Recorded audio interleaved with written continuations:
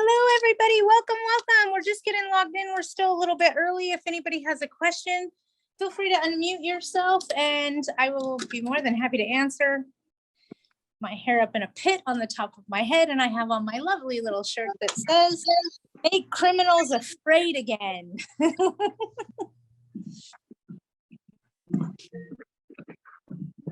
Nice.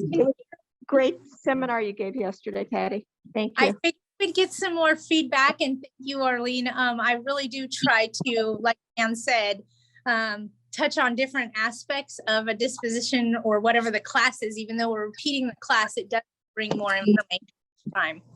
No, it's always informative. And I had written a question, but now I forgot what it was because he didn't get to it.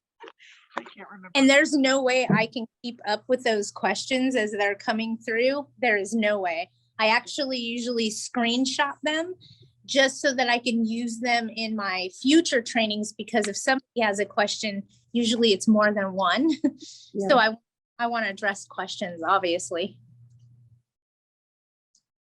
But no, I'm glad you learned something. It was helpful because I'm doing my walkthrough on Saturday. So it was helpful to hear, about taking the pictures and stuff, because I had taken lots and lots of pictures.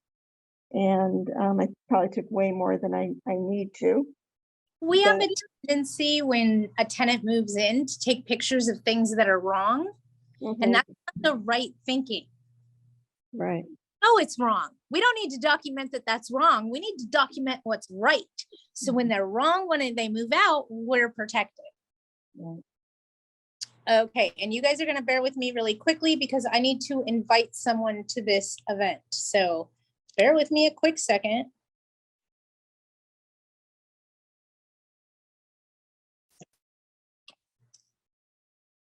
And you guys can talk to me, ask me questions, whatever you need. I just remembered somebody asked me to invite them to the webinar, and I'm not really good at that, but I'm going to try it right now. I have a quick question, Patty. Always. I was at a Thanksgiving meal, and somebody said that they had gotten rent increases. They live in Palms, which is LA City. Okay. And it's not LA RSO. But they said that they had gotten in, that they contacted, when I had heard about this a few months ago, I said, call LAHD and find out. And they said, oh yeah, you can get a rent increase. I thought there were no rent increases allowed in LA City. Like this was from July. So if it's incorporated, it could be allowed. Could. It's not a single family though. It's an apartment. I wouldn't risk it. I'm sorry? I wouldn't risk it. I wouldn't do the rent increase. I'd have to have more facts. No. What I'm saying is she's the tenant and she got the rent increase. She's gotten over $1,000 rent increase over the last few months. And I said, I don't think that's legal. Correct. I don't think it is either. Okay. I'm just trying so hard to make this happen. Okay, invite. I'm trying to invite somebody. Bear with me, you guys, and then I promise I will stop messing around. How do I invite her? Invite? Nope.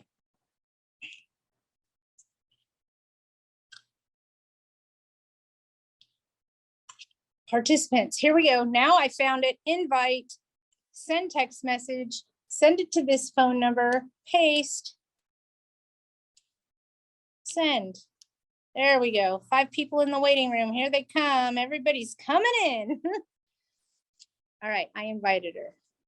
I hope so. Is everybody still there? Oh, there she is. Okay, we got everybody in. Yay! Okay, so we were talking about the webinar yesterday, dispositions of security deposit. Usually I have some hangover questions, if you will, or some holdover questions or things that come about. So if you guys were involved in that yesterday, for the webinar on difficult dispositions of security deposit and you have additional questions, I would be more than happy to answer them. So I know I'm really pushed for time in those webinars. I really only get about 20 minutes to talk, and I gotta be pretty thorough with what I go through, giving you guys as much as I can. And I know that they don't get to all those questions. I know they don't. So if anybody has anything left over from yesterday, here we go. I have a Yes, question. hear you. Oh, Question. Okay. At the first LA City inspection in a 20-unit complex, the inspector indicated that the tenants have to allow an egress via their kitchen door. Each apartment has a kitchen door and a main door. This is virtually impossible in some of the apartments as the tenants have purchased their own refrigerators and the size of the kitchen is not conducive to moving anything or too small to rearrange the kitchen. Otherwise, any suggestions? What you're dealing with is a safety violation. If they can't open the door in the event of a fire to exit the unit, that's what they're after. Okay, so you have to unblock those doors. The only other way is I would go back to the city and see if you could get permits to remove them. That's the other thing that I could think of. I had a property once. Sometimes I wonder if they just signed me up to go talk to these people to test my patience, okay? So I got called out on a property on a new account once. I worked major corporate America, and the new accounts representative called me and said, hey, Patty, I really need you to come to this property with me before we take it on. I have some concerns. So I went out to the property with her, and her concerns were spot on valid. The house had security safety bars on the windows. I know you guys know what I'm talking about. They had the bars on the windows of the exterior of the property for security purposes, you know, the barred windows. People put them up for security. These didn't have the foot release on the inside. In fact, they had no release. There was no emergency push lever or button. This owner made these himself. He welded them on the windows himself. They're never coming off. We refuse to manage the property because the lawsuit for a wrongful death would be much worse. So we're not taking on a property where a tenant can't escape from the fire, knowing full well at hello, they can't escape from fire. Now I'm involved. So they can't block those doors, or you are going to have to potentially try to cover them permanently so it's not an exit, and then it's not an issue. Got me? But that's exactly what it is. Let me give you a different example. Same type of scenario, different issue, same problem. When you have too many occupants in a small house, let's say you have 6 people in a 1-bedroom studio, there's not room for all those people. So they start putting dressers in front of windows and refrigerators in front of doors and things like that because they need the space. That creates health and safety issues. And if we're aware of them, we hold responsibility. Attention? Okay. We can't have them blocking doors. We can't have them blocking windows. Fire hazard. It's a health and safety issue. If there was a fire in that property and the fire broke out at the front door, how did they get out? Oh, there's a back door. No, there's not. There's a refrigerator covering it. Understand? Just trying to put it in your head as to the why. And that's why the city inspector came after you, because it's a health and safety violation. And in the event of a death in the unit, they could hold you accountable. They couldn't leave. They couldn't leave. The door was blocked. I know it's their refrigerator. I know. So those are my suggestions. I know you have to offer a pre-move out. Yay, Arlene, you learned something. Yay. Do you need the tenant to notify in writing that they don't want it? No. Yes, and I'll explain the kitchen door safety thing again. Just so you guys know, it's a property in the city of LA, and it is a safety violation. It's a cause for you to serve a 3-day covenant notice. Blocking windows and doors is a health and safety violation, and it has to do with a fire, okay? If there was a fire at the front door, let's say your Christmas tree caught on fire, that would never happen, right? And the Christmas tree catches on fire, so they can't run out the front door because that's where the fire is, but they can run out the back door, but they can't because there's a refrigerator blocking it. So now they have to break a window to get out. Got it? So it's an issue, and I understand the concern, the way that the kitchen's formatted, there really room for them to get a big fridge. They need to have a small fridge, and for some of us, quite frankly, that doesn't work. I have a new smoker in my house, so I need a big fridge. Sorry. But I get it, you know? But they can't block emergency exits. That's what it comes down to, and that's why the city came down on you. Jay, I hope you got the kitchen door or the safety kitchen door thing again. We're talking about if there was a fire, and these particular tenants have refrigerators that are a little too big for the space, so they block the back door with the refrigerator. And the city of LA is telling them that they can't do that in their inspections, and they're right. They can't. You can't block windows and doors. It is a health and safety violation. It has to do with a fire, nothing more, or any kind of an emergency. It has to do with an earthquake. What if we had an earthquake and the whole front of the building collapsed, but the back of the building was fine and you could walk out the back door, but you can't, there's a refrigerator. Same concept. Is it a safety violation if the tenant has a bed in front of a sliding glass door? Potentially it could be, yes. That's an exit. They're blocking an exit. Got it?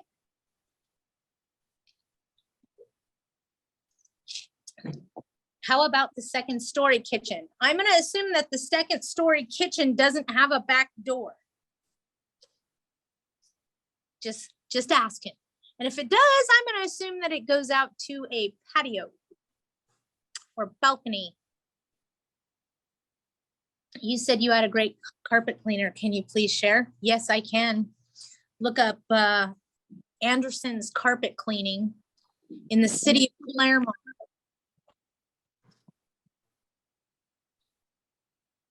Anderson's Carpet Cleaning out of the city of Claremont. And if you want me to, I can try to get you a number while we're doing this webinar, but I hate turning off the Zoom so I can go search my phone for you. Tom Anderson has been cleaning carpets for me. 20 years, no joke.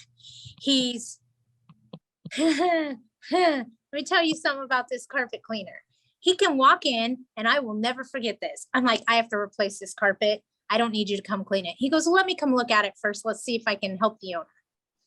Okay, sure, Tom, you go look at this carpet. It used to be light beige. It is now black. It is disgusting. It is, you're not cleaning it. It is not happening. No. Clean the carpet.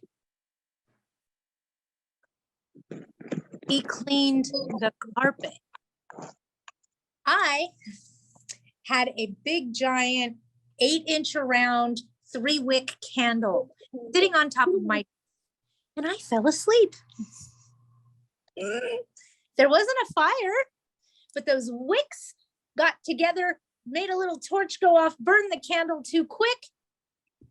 And I then had candle wax. So when I woke up in the morning, my whole dresser was covered with candle wax. And of course it dripped down and splattered in a 3-foot circumference in my bedroom. So I had candle wax melted into my carpet. Rather than trying to lay down newspaper and hit it with an iron so it wicks up the wax up into the paper rather than into the carpeting, I just called Anderson's Carpet Cleaning and asked them if they could come fix it. I got home from work and there was a 4-foot radius of a clean spot. So I didn't realize how dirty my rugs were until they came and removed the wax and cleaned the carpet in that one area. So then I had to call him back to clean my whole house because he made a clean spot. I didn't realize that it was that dirty. I honestly didn't realize. And it really wasn't that bad, but it was noticeable where it was cleaned versus where it wasn't. And come on, it's a high traffic area. I get it. So yes, telling on myself now. Anderson's Carpet Cleaning, Claremont, they're no joke. They're the best. Tell them Patty Widget sent you. It'll make him giggle. I've been utilizing Tom Anderson for 20 years. Here's a funny story. He's a hunter and a fisherman, so we get along great. But he has a vacation home. And in one of my rentals, and sometimes tenant leaves weird things behind. I don't have to tell you guys, you know, tenants leave weird things behind. Well, this one left a taxidermy stuffed beaver. I know. But it was a taxidermy, legitimate stuffed beaver. So I couldn't leave it in the property or throw it away because I know those are expensive and somebody might like it. So Tom Anderson said, I told him, I think I have something you might like. And he goes, well, what is it? And I said, I have a beaver under my desk. And he said, you shouldn't talk like that at work. And I realized, oh yeah, I probably shouldn't have said it that way. But I have a stuffed taxidermy beaver that I want to see if you want. Well, he took it. He was ecstatic. It's in his vacation home now, but that's our joke, is there was beaver under my desk. But yeah, it was taxidermy. Okay. Good times. But yeah, Tom Anderson, Anderson's Carpet Cleaning. He'll do Victorville, the high desert. I think he does the Palm Springs area, San Bernardino, Claremont. I don't know how far into LA he goes. He does do some stuff in OC.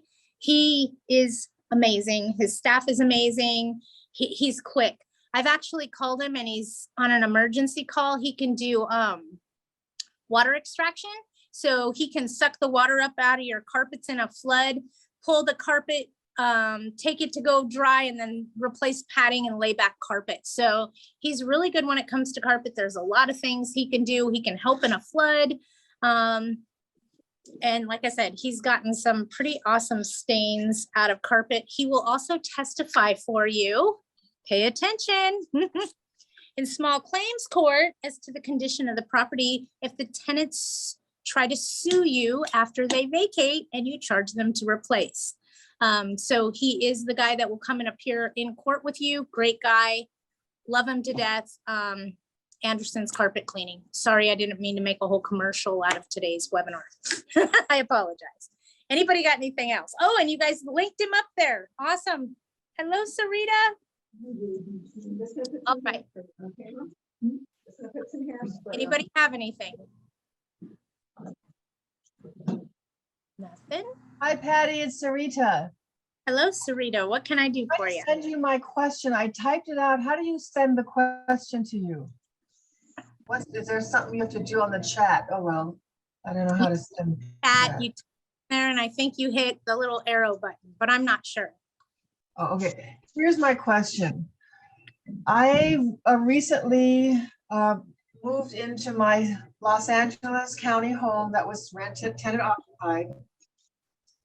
Because it's in the county, I only had to pay them 1 month relocation fee. I had no knowledge of this because it was all the way in Valencia, and I just didn't think Valencia was a county of LA. Now, yeah. I called and they said I have to, it's called a declaration of occupancy. It's from the Housing and Community Department. So I'm declaring that I now occupy my home. My question to you is, if I don't do this, is that are they gonna fine me or something? Or, I mean, give me a fine, or are they gonna do something bad to me?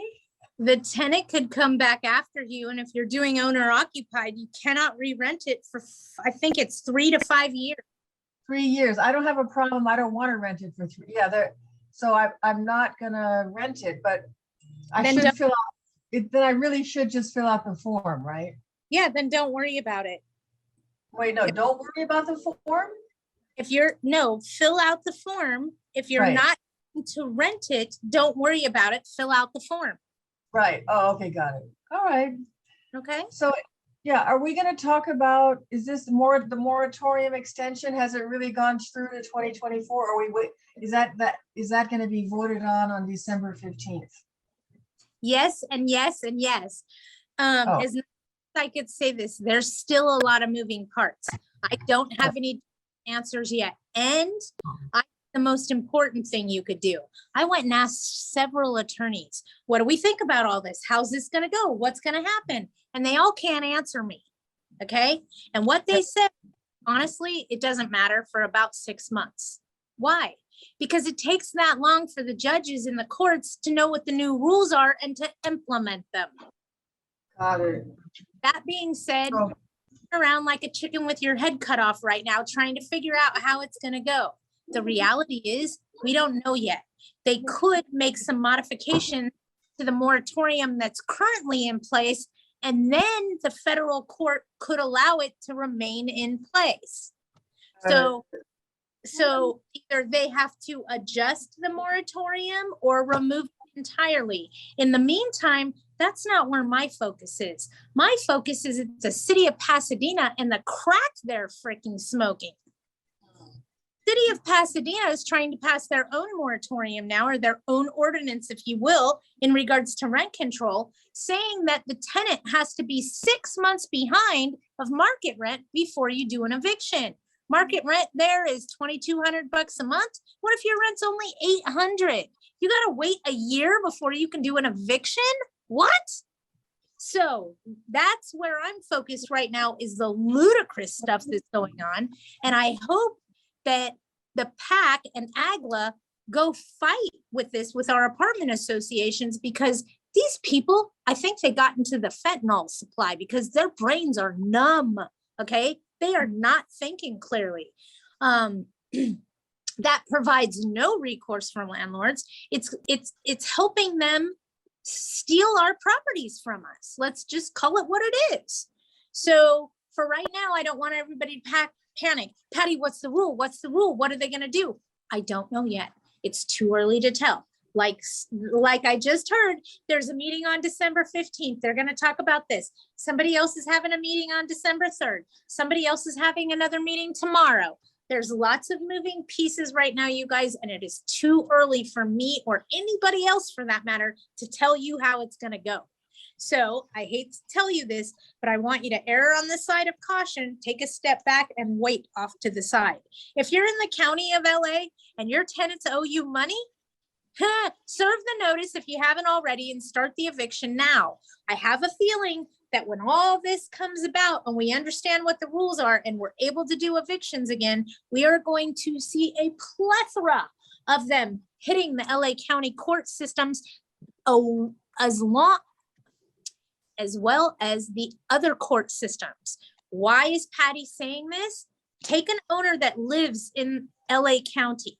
The landlord lives in LA County. They follow the rules for LA County. When LA County says you can do an eviction, then they're going to start evictions for their properties in Riverside and San Bernardino County. They just follow the LA plethora. So what I foresee happening is we're going to see a whole wave of new eviction cases hitting our court systems in a very rapid fashion. If I had an opinion, I would tell you get in front of the tidal wave. You're so beautiful. Hello, according to the lease agreement, the tenant is to maintain and water the landscaping. However, because of water conservation regulation, the tenant is letting the grass dry. Is it legal to have the tenant water the landscaping? Absolutely. Who asked me this question? Belsi. Every single one of my lease contracts say the tenant is responsible for maintaining the landscaping as far as keeping it green. In other words, they have to keep it watered. If they don't water it, you can charge them. The other thing that I would do is I would put a water conservation addendum in their contract file. So if you guys aren't using the water conservation addendums in your lease packets, it's a requirement in LA County. And I'll tell you why. Not in LA County. I'm sorry, I misspoke. It is a requirement in Widget's Way Book of Business that you notify all tenants about water conservation in all their lease packets. If they're on a month to month right now and you don't have this disclosure in, go serve it today. Okay, here's why. In the event that the governor of the state of California says we're back to odd and even days of watering. If your address ends with an odd number, you can water on odd days and you can't wash your cars, and even number address that the even number washes or waters their lawns on even days. If you do it on an off day, you will be fined. The reason why I'm telling you to notify your tenants is because who do you think that fine goes to? It goes to the landlord, right? So landlord gets mailed a fine that your tenant was watering on the wrong day, or you were watering on the wrong day, and landlord pay that fine. If you disclose to the tenant that this is a possibility, then they would be responsible for that expense and that fine. If you didn't disclose to the tenant that could be water conservation issues and rules that they have to follow, then you eat the fine every time. It gets expensive, okay? So you want to make sure you're disclosing to them about water conservation disclosure in all your lease contracts. That way, if the governor says we're in a drought, odd and even days, all your ducks are in a row. You don't have to do anything, okay? So yes, that's, oh, and tenants letting the grass dry, serve them a 3-day curable breach of covenant. They're still allowed to, they're still responsible for the lawn unless the government says you cannot water at all. You cannot have grass. Then the tenant wouldn't be responsible. But if they say it's odd and even days, then that's what it is. They can still water every odd day there is. Okay. Thank you, David, for Anderson's carpet cleaning, you guys. And if you call and use him, talk to Tom. Great guy. He owns the place. I've known him for 20 years. He's my fishing buddy. He's awesome. Hi, Patty. I was asking if a 3-day notice to performer quit regarding the noise in the city of Montebello County is enforceable. Can we evict? I have tenants gathering signatures, remove the tenant making noise from the building, and police going every weekend. Okay. Stop getting the tenants to create signatures. You're creating a mutiny, okay? We don't need them to help us. You know those police reports, the incident numbers? What you need to do is go down to the police department and get a call log report on that property address. That should, you can't ask specifically, just tell them, hi, I want a call log report on incident report on this property address. I'm, and then it should give you a list of everything that they were ever called out there for. You can use that against them to do a 3-day curable breach of covenant because they're affecting the right to quiet enjoyment for all neighboring residents, including our local law enforcement. They're a nuisance to them too. So you can build a case based on the nuisance that's going on with the police coming and dates, times of witnesses. So important. If the other tenants are willing to sign a paper saying that you got to get them out of here, are they willing to go testify in court to the nuisance that they're creating? Because if they are, you want to make sure you're putting dates, times, and witnesses right on the breach of covenant notices. Because if you don't, it never happened. It's a requirement. I want to see a lot of opportunist tenants on the streets. I want to see a lot of opportunist tenants on the street. I don't want to see them on the street. I want to see them arrested. If they're on the streets, I still got to deal with them. I want their asses locked up in jail. And what the government's doing to allow this to happen is they're helping them. I'll be quiet. Where is that form available? Arlene, are you talking about water conservation? AGLA probably has it in their forms. I know CAA does. It just depends on who your apartment association is, but you want to disclose regarding water conservation just because we're in the state of California. If we could disclose about wildfires, I'd do that too. All right, I'll have Dan, I'll email Dan. Water conservation addendum, hang on. addendum. What I'll do is I'll have the attorneys here write one up and then we'll send it over to Dan and see if he'll implement it. Okay, I got you. Teamwork. We all work together as a team. You guys don't know it, but we're all a team. Okay, hang on. You don't see it on AGLA, okay? And I'm gonna AGLA addendum for water conservation. I know CAA has it. I have a tenant in LA City, no pets allowed. Oh, wait, hold on, you guys, squirrel, please listen. Any new construction that is built starting January 1st of 2023 or after, has a grandfather clause to allow pets in the property. Want me to say it again? Anything built in January 2023 or after will have a grandfather clause to allow pets at the property. It's going to allow all tenants up to one pet.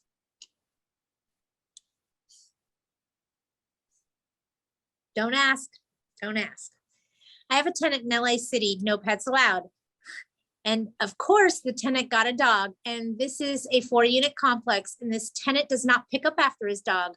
3-day notice to cure or quit for breaching the contract is going to be for unauthorized pets and also cleanliness. They're not cleaning up after that pet. So it's 2 things: trash and debris, hazardous waste. You call it whatever you want, but it's 2 violations. One is going to be to clean up the poop. I'm gonna put your hearing aids in for you, okay? One would be for the pet. 9 times out of 10, they will get a doctor's note trying to say that's an ESA animal or something along those lines. And then you can't attack the pet, but you can still attack the fact that they're not cleaning up after it. I hope that makes sense. How can I find out who or how many people live in my rental? Is there a form I can send to the tenant? Go knocking and talking. Hey, how you doing? I'm just having to upgrade a few things for my insurance policy on this property, and they're demanding to know all the names of the people that are living in the premises. Did they just give you a list of unauthorized occupants? Want me to say it again? Hi, I was just checking on the property. I need to get a list of everybody that resides in this property so I can turn it into the insurance company.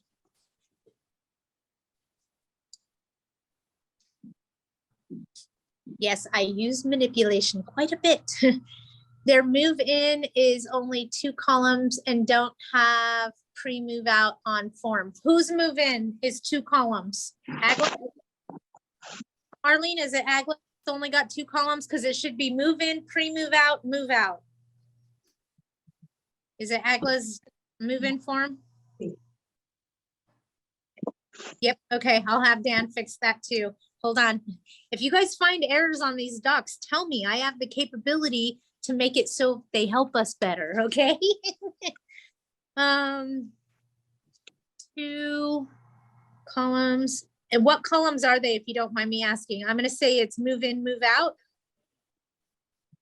And it's missing the pre-move out inspection. Is that correct? Okay, got it. Pre-move out missing. Got it.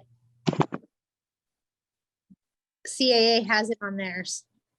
I have some documents I'm really familiar with. You guys, CAA docs, AGLA's docs. I usually know them by heart. So if it's disgusting. People would tell me, hey, Patty, I'm looking at this CAA lease contract, and I'll be like, oh, when was it originated? Because in the bottom right corner, bottom left corner, it'll tell you what day that document was last revised. Now I have that date in my head, and they'll say this, and this is going on. And I'll be like, oh, that's on page 3, item 36 of the contract. I don't know, but it's very handy at times. Did the ordinance end December 1st in LA County so that I can make a change in a month-to-month rental agreements? Gabby, sit tight. Sit tight, sweetheart. Don't know what's going to happen yet. The city has the ability to revamp the moratorium so that it is constitutional. So they may be trying to do that. There's several meetings set up all over the place, you guys. City of Pasadena, County of LA, City of LA. There's all these moving pieces and parts because now they're all running around like chickens with their heads cut off going, they called us out on our bullshit. What are we gonna do now? Sorry, but it is what it is, right? So with that being said, hurry up and wait is the best thing that I could tell you. And let's see what happens over the next couple weeks here. But if it doesn't end, it'll be revised, and us as landlords got to have some teeth. What made it unconstitutional is we and landlords weren't allowed to evict, blah, blah, blah, blah, blah. There was no money to help us, blah, blah, blah, blah, blah, and tenants didn't have to pay rent. So who did that affect? It affected us directly. So it wasn't equal. So that's why they said it was unconstitutional. It was unconstitutional to landlords. There was no recourse for us. I got a feeling we're going to see quite a few things be ruled as unconstitutional. And off the record, thank you to AGLA and anybody and everybody that donated to the PAC. We got this ruling because of the PAC, the Political Advocate Fund, that raises money to help these attorneys fight the bureaucracy and BS. Sorry, you guys, someone tried to call me. Sorry, right in the middle of my webinar, it happens. All right, anybody have anything they want to talk about? I know there might be some questions that surfaced from yesterday's AGLA meeting regarding difficult dispositions of security deposit. I tried really hard to be careful what I said on there. But for you guys, I will spill my guts. What do you want to know? And a lot of people didn't, now this person's texting me. Hey, Patty, I need to talk to you. Okay, not right now. My peeps are on here and they're more important at the moment. One of the things that I talked about there that I don't like to talk about, and I don't know if you guys caught it on the AGLA, was using a 18-day notice of abandonment of real property. I don't use that terminology very often.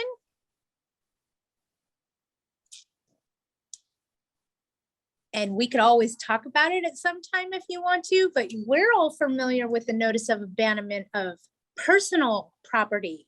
We use that after an eviction, post it on the door if they leave crap behind so that we can either throw it away, they can come get it, or we have to hire the public auctioneer, do the auctioneer and do all that thing if it's over 700 bucks. So with that being said, there's another document out there, folks. And it's what gives you your property back without having to do an eviction in the event of an abandonment issue. Okay. Notice of right to reclaim abandoned real property, not personal, real. Got it? Okay. And yes, I'm using my face of you paying attention? You paying attention? It's how you don't do an eviction, but still get your house back. Remember, I work for a law firm that does evictions for a living. All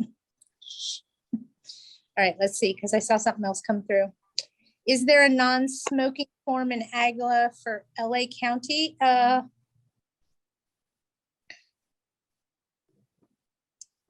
There's a non-smoking addendum, yes. And whatever you guys do, don't call it a smoke-free property. It's a non-smoking property. It may sound better, it may roll off your tongue better, but you're signing up for lawsuits if you're advertising that you have a smoke-free property. You cannot control if the neighbor's house catches on fire and smoke drifts onto your property. So for that reason, and the reason of smoke-free property, but you have barbecues. You allow barbecues. It's not smoke-free, okay? It's kind of like that single word.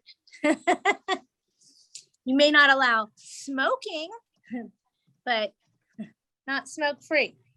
As for the pets, does that apply to San Bernardino County as well? And are we allowed to still collect a pet deposit, additional deposit? Thank you for correcting yourself, Roadrunner Realty, because it is not a pet deposit. It is additional deposit. You guys never want to define the deposit and what it's for. Okay? The law says that for an active duty military tenant, you can take 1 times the amount of the rent as a deposit. On a vacant property, you can take 2 times the amount of the rent on a vacant property and 3 times the amount of the rent on a fully furnished property. And this is for security deposit purposes. Tenants active duty military, you can take 1 month's rent as a deposit, maximum. Vacant property, unfurnished, you can take 2 times the amount of the rent as a deposit, maximum. Fully furnished, 3 times the amount, maximum. If you say, I want double the rent as a security deposit, and then you need to pay a $500 pet deposit, you are in violation of the law. It has maximum for a reason. So whatever it is you're gonna charge, a key deposit, a pet deposit, a cleaning deposit, it all goes together and is lumped together and it's called deposit. And when you're adding a pet, you may say additional deposit may be required. The reason that it may be required is because if they have a pet, okay, and you already have double the rent as a security deposit, you can't ask for any more deposit money. Okay? You can only collect the maximum allowed by law. So what I talked about regarding pets and deposit applies for the state of California. If a non-smoking form is smoking allowed in the parking lot of the property? What does your non-smoking form say? Sorry, Gabby, but you asked me a trick question. People always ask me, can I charge my tenant $150 late fee? And I always ask the same question. What does your lease contract say? So it depends on what your lease contract says. It depends on what the verbiage is in the document that you're speaking of. Okay? That's where it's going to tell us what the rules are. I haven't given them one yet. Okay. So usually if you have a non-smoking community, non-smoking is non-smoking, and I always put non-smoking in the interior walls of the property because that would also cover the garage. Not within the interior walls of said property. If you're an apartment community, you can say that you have a non-smoking community and you don't allow smoking in your community. That means that somebody literally has to go out to the parking garage to smoke a cigarette, or crack for that matter, or out on the sidewalk. Okay, but you got to be careful with non-smoking. Okay, Gabby, non-smoking means non-smoking of anything. Can't smoke meats on the barbecue.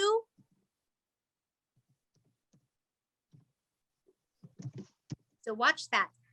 Just saying. It's not going to hurt you, but you're going to get asked, can I smoke? I got a smoker. Can I smoke my meats? Sorry, this is a non-smoking community and we don't allow smoking of anything, whether it be tobacco, marijuana, crack cocaine, paying attention, smoking meats. Non-smoking means non-smoking of anything. And then you have to watch the part that says burning. Because some people don't smoke sage, they burn it. Yes, it all has to do with vocabulary. It is that easy. Exactly. Hope you paid attention. But yeah, I do non-smoking. For a house non-smoking on the premise, it means front and backyard? No. For a house non-smoking, if you read the details of the addendum, it probably says within the interior walls of the dwelling. but I'm assuming what your contract says. You'd have to read it to me and then I'd be able to answer you better. But it should have something of this property doesn't allow smoking within the interior walls, blah, blah, blah. And then just so you guys know, if you haven't learned this one yet, at some point, a tenant is going to say to you, let me make myself a little prop, but you can't see it, but I'm going to try. One day you're going to go knocking and talking and you're going to tell your tenant, you can't smoke marijuana here like that. You can't just walk around smoking marijuana. They're going to say, but look, I have this card from a doctor that says that I can smoke marijuana. I have a medical marijuana card. Do you know what a medical marijuana card means? Means you can use it. That medical marijuana card doesn't say you have permission to smoke it because no doctor in their right mind would prescribe their patient to inhale a carcinogen. They may prescribe them to use it, but there's other ways you can use it. You can use it topically, you can ingest it. You know, you've all heard them eating brownies and things of that nature. You don't have to smoke it. But at some point, a tenant will pull out a card and go, look, I got a medical marijuana card. You have to allow me to smoke it. No, I don't. I have to allow you to use it. This is a non-smoking community. I'm not telling you you can't use your medication here. I'm telling you you can't smoke here. Period. End of report. You will be challenged with it. Those are the verbiage I want you to use all day long and twice on Sunday. Okay? I hope that helps you guys. Because at some point that will happen to you. A tenant will pull out a medical marijuana card and say, look, I have a prescription. I have doctor's permission to smoke it. No, you don't. You have permission to use it. No doctor is going to prescribe you to smoke it. Trust me. I hope that helps. Anybody have anything else they want to talk about or discuss? Oh, here we go. Here we go. For house non-smoking on the premises means front backyard. Oh, we talked about where. It depends on what it says in your addendum. How to ask for increased deposit. Any form? Yes, 30-day notice to change the terms of tenancy. Just like you would do a rent increase, you're doing a deposit increase. Take note. Very important here. If you are bound by whatever it is, okay, the Tenant Protection Act, a city ordinance, a county ordinance, the state rent control, okay, if you are bound by anything that controls how much you can increase the rent by, that is also how much you can increase your deposit by. Example, if you're in the city of Baldwin Park, I think it is, they have rent control. It is not to exceed 3% annually. Period. End of report. Nothing else matters. That's their rule, 3%. So when you raise the rent 3%, I highly suggest that you raise the deposit 3% also. Okay. So if your rent's $1,000 and you can raise 3%, we're talking about $30, right? Or are we talking about $3? We're talking about $30. I had to go back and do the math. Sorry. Bond. If your deposit is $1,500 and you want to add if your rent's $1,000, I'm assuming your deposit would be $500. So let's go the other way. Okay. If your deposit's $500, you can only do 3% of 500. You can't do whatever you raise the rent to. So I hope that makes sense. If I have to do repairs to remove mold and the tenant has to be out of the property, do I have to pay for their hotel stay? Yes, if they have to be out of the property, you're not providing a habitable dwelling. Yes. Most likely you would have to pay for a hotel stay. Does the tenant have renter's insurance? Because at that point, I would tell them to contact their renter's insurance company and that you would be more than happy to pay for their deductible as a courtesy.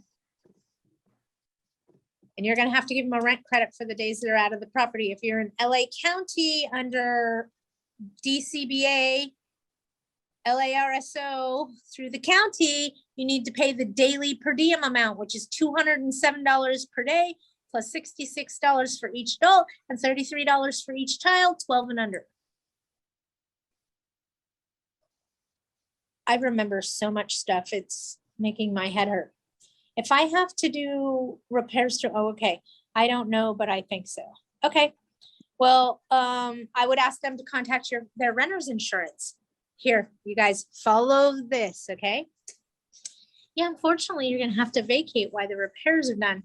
It sure is a good thing that you have renter's insurance. Did you want me to call them and file the claim for you? Because I am listed as an additional insured or interested party on your policy. Since you're busy at work, I can open that claim for you and get that started. Okay. I filed many of insurance claims for fire, flood, what have you, because the owner was not available for whatever reason. As an agent for as an interested party or as an additional insured, you can file claims. Not as an interested party, but as an additional insured, you can. So yes, I would definitely tell them, oh, we're gonna have to have you out for a few days. I know that your insurance company would cover this. And the reason that I tell you to have them file a claim and go that route is because you're gonna pay their deductible, which is most likely anywhere from 50 to $100, which is gonna be much cheaper than the hotel room. And then all you're paying for is whatever the per diem is. Got it? Because their insurance company covered it. Hit the easy button. They don't have insurance, then you're going to have to give per diem and go from there. Is this under DCBA? LA County Unincorporated Garbage? Good. So it's just daily rates, girl. And you can contact their insurance company directly if you're listed as additional insured on their policy. Is there a good renter's insurance policy? Is there a good renter's insurance policy? Any wording? What should it work? I think I know what you're asking me, Jay. Hang on. As far as renter's insurance, I require that all of my tenants have renter's insurance policy with a minimum amount of $500,000 in coverage. Why do I ask for that? Because it only costs them $6 a month. It's not much difference between the $100,000 in coverage and the $500,000 in coverage. So just go for the $500,000. I mean, come on, if somebody wants to sue you, it's going to be for over $100K, let's face it. So with that being said, ask them to have $300,000 or $500,000 and ask to be listed as additional insured or interested party on their policy. If you are additional insured, you can file a claim for them. If you're interested party, you just get notified if their policy is going to be canceled due to non-payment. And that's when you serve the 3-day notice to cure or quit because their insurance policy is going to be canceled. I sound like I'm on repeat. I'm sorry. What renter's insurance company would you recommend? Some residents may only use public transportation and don't have a vehicle. Thank you, Tony, for bringing that to my attention. I highly appreciate that. She's spot on. So if your tenant has a vehicle, ask them to contact their car insurance, because usually they'll also sell them a renter's insurance policy and then they'll get a multi-policy discount. And it ends up costing the tenant about $5 or $6 to $10 a month. No big deal. 2 less trips to Starbucks. Got it? If they don't have a vehicle, then any one of Geico, Allstate, State Farm, Farmers, you want me to keep going down the laundry list of who offers renter's insurance? They all do. Even Geico. It's hard to get Allstate to insure in the state of California because of the wildfires and so forth. So there's some companies that won't give renter's insurance like you think, but here's what I would do. Contact your own agent, talk to them, see if they have a renter's insurance policy, and then push that on or recommend that to your people. But they can get any insurance. Adriana's offers discount insurance, just renter's insurance is what you're looking for specifically. I hope that helped you, Tony. because they all have them. Geico, State Farm, Farmers, Allstate. And I'm just going off the big names. They all have them, but even the little hole in the wall mom and pops have renter's insurance too, as far as insurance goes. So I'd call and ask your own agent. That's probably the best advice I could give you in regards to that. Does anybody have anything else? Can you push this idea on LARSO tenants? What idea is that you want me to push on LARSO tenants? No, that they have to buy renter's insurance if they haven't had it. Yes, but you have to have that in your contract at inception. No, I mean change of tenancy. Nope, not allowed. Unless everybody signs and agrees to it, then it's allowed. So if you do a whole new lease renewal with like or similar terms and you guys all sign and agree, then you may be able to pull that off. Got me? So if everybody signs and agrees, the problem is getting them to sign and agree that they have to get renter's insurance. This is a question I get asked a lot. So this is how I'm going to help you guys. I get asked, how do you sell a tenant the insurance? They don't want to spend money. This is how I have always done it. And it worked every time. So this property requires that you, the tenant, and I'm speaking to you guys as tenants now, and I'm your property manager. Ooh, you should be afraid. Kidding. Just wanted to talk to you and let you know that renter's insurance is required on this property. I highly suggest and recommend that you go through whoever your auto insurance is, because then you get that multi-policy discount. It's not very expensive. It's anywhere between $6 and $12 a month, depending on who you go with and what coverage you have. And then the deductible on it is ridiculous. It's like $50 if you have a crisis. But here's why you need it. You ever have your car broken into and they steal your stereo and your jacket and your CDs and something else out of your car? Yeah, right? We've all been there. And your car insurance pays for your window and your radio and nothing else? That's because you didn't have personal renter's insurance that covers your personal belongings wherever you go. So if you had renter's insurance with your auto insurance and that were to happen, they would cover your jacket and everything else. You ever fly on an airline and the airline leaves your luggage, you know, and your laptop and your Rolex and all that kind of stuff was in there? Your renter's insurance is what protects you and covers your personal belongings in the event of a loss. If you have to get relocated because half the city's on fire, your insurance company is going to pay to put you in a hotel and keep you safe. That's how I sell it to a tenant. It's only $10 a month. Go to Starbucks 2 times less. It's a great way to help protect you and your asset. And please make sure we're listed as an additional insured or interested party. That way, if something were to happen, I can call and file a claim for you on your behalf. So that's how I sell it to a tenant. And they all have either had their car broken into or know somebody that has, and that happened to them, where they broke into their car and stole all their work tools. But those are their personal items. Your car insurance doesn't cover that. But your renter's insurance would. Okay, so that's how I sell it to a tenant of why they need to do this. And I usually talk to them about it when I'm taking their holding deposit agreement and having them sign for their holding deposit because their application was approved. That is when I talk about 2 things, insurance and bed bugs. When I am signing a holding deposit agreement, taking your money because I approved you to rent this property, you're not moving in yet. I just have your security deposit I'm holding. That's when I'm going to talk to you about bed bugs and insurance. Uh-oh, I saw something else. Insurance usually have clauses, water damage, property loss, medical, breakdown of 500K. I'm looking at 500K in liability.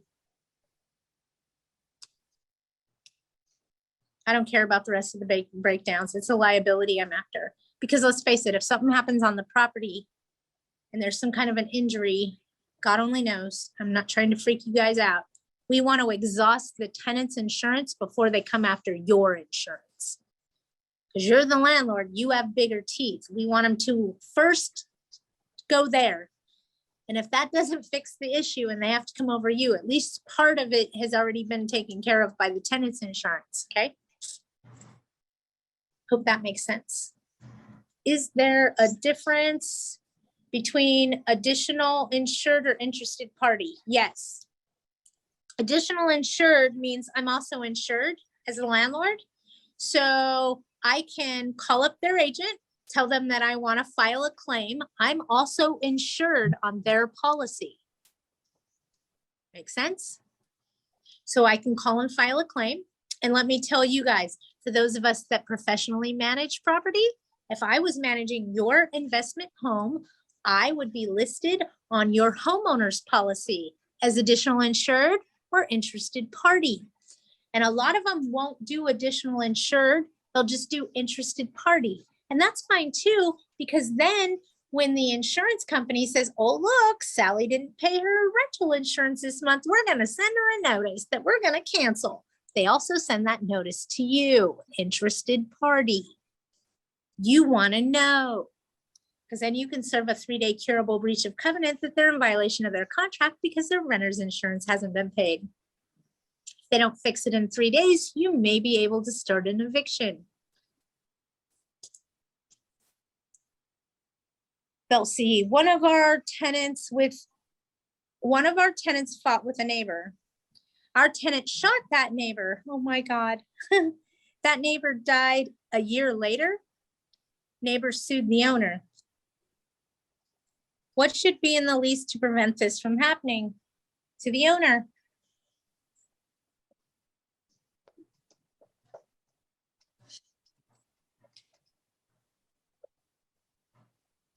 All I could say is if it had renter's insurance, if the tenants had renter's insurance, I would have made them go after the tenant's renter's insurance policy before they came after me.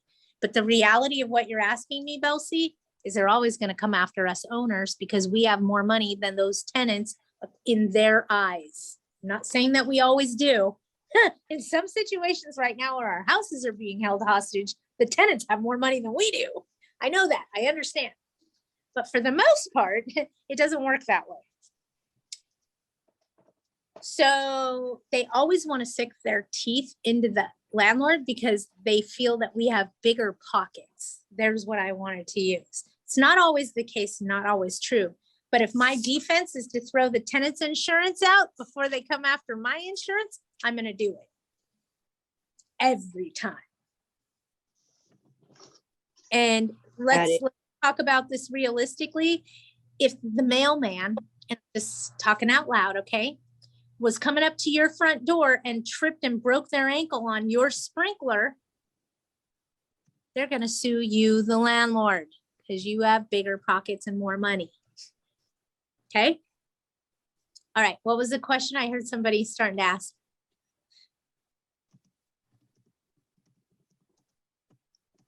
No, I was just saying, thank you, Patty, and I have to sign off, but thank you so much. Very, learned a lot. Thank you so much. All right. Bye, guys. All right. If anybody else has anything, please let me know. Yes, you always want to be listed as an interested party, always, no matter what. But if you can get them to also list you as additional insured, you're winning. Okay. Some insurance companies absolutely positively will not do it. And I understand the why behind that. I get it, full circle, but some of them will. So if they will, make sure that you're listed as additionally insured. I do it on my owner's policies. So as a property manager, let's say the owner, I'm managing a whole book of business and I get a letter in the mail saying that the landlord's insurance is going to be canceled due to non-payment. This happens quite a bit. Sometimes we as landlords shift our policies or we miss something, or maybe we don't have an impound account, whatever it may be. I received several notifications. They actually even called me, the property manager, Allstate.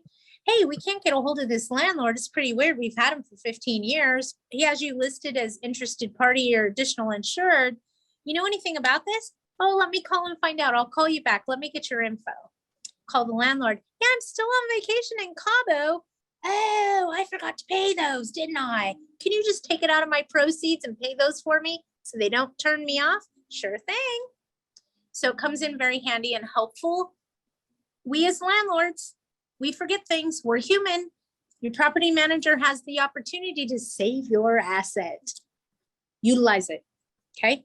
So if it's your property management company that wants you to be listed as additional insured or interested party and you're a landlord, do it. It's only going to help you. That way your property manager, while you're in Cabo, can call the insurance company and file the claim for the flood that just happened or the fire or whatever the reason. It gives your property manager better ability to do their job so you don't have to. Okay?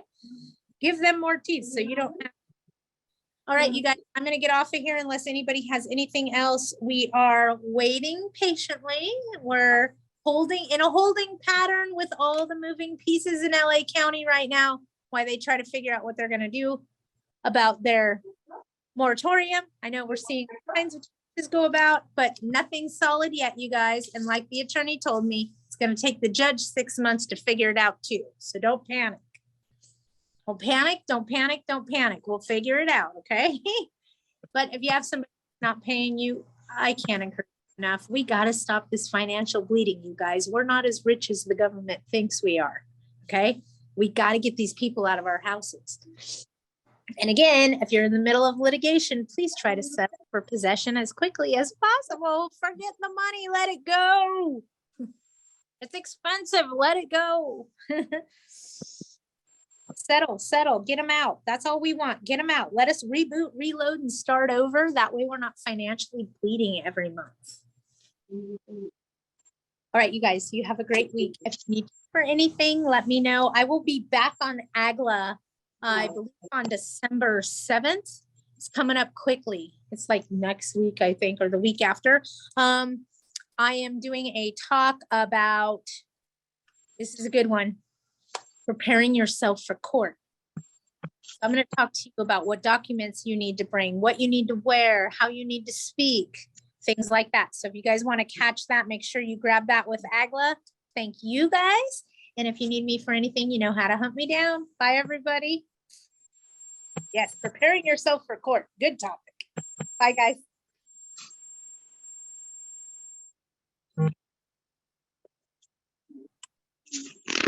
Trying to